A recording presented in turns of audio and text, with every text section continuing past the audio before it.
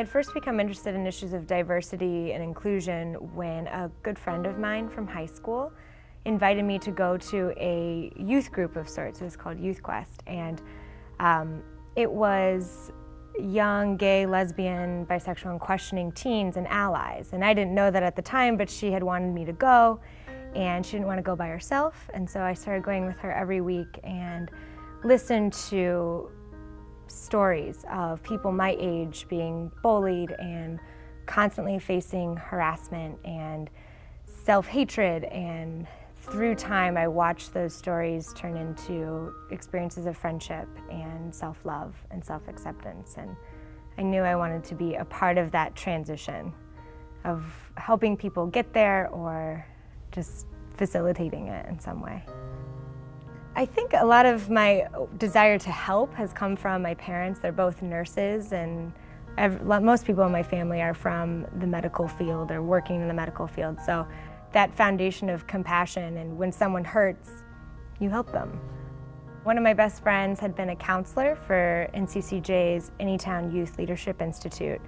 And it was my freshman year of college. I just completed my first year, and that summer she said they were looking for counselors, and it sounded right up my alley. It was to be a counselor with young people and to help them work through issues of diversity and inclusion and become agents of change. And I thought it was awesome. And I kept doing it and kept doing it. And then, my 7th year, I was the site coordinator for the program. So I just kind of worked my way up, and it's my favorite thing to do in the whole world. The Anytown Youth Leadership Institute is really one of my favorite things that NCCJ does. It starts out with 35 young people, high schoolers, that don't know each other, and they get on this bus and they're all nervous and scared, and they spend a really intense emotional week of learning about each other and loving each other and talking about racism and sexism and classism and heterosexism and what that means for each and every one of us, because it's different for everybody. And by the end of the week, they're hugging and crying and love each other so much, and they're committed to making a difference.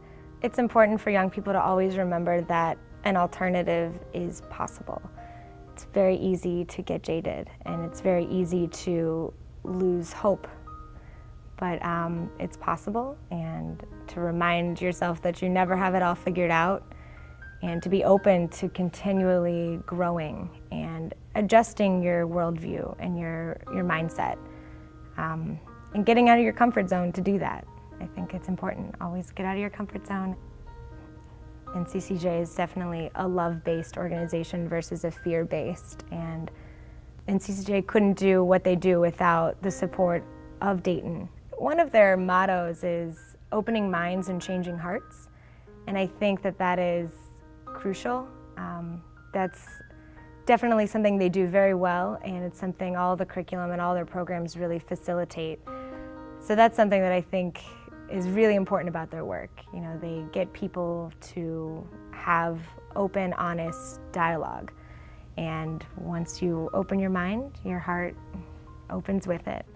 I'm hoping to really get involved in the nonprofit network. I think there's a lot of bold and innovative organizations, and I want to grow as a leader and as someone involved in social justice. I want to be exposed to new ideas, new methods of doing things, and eventually get my master's in social work.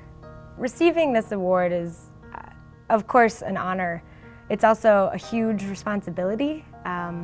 Sometimes you don't always see yourself as this person that other people do. So I felt, when I was told that I received it, I was like, wow, I really have to continue to step it up and be this person that NCCJ sees me as. And so it's a great motivation, it's a big responsibility, and I'm honored.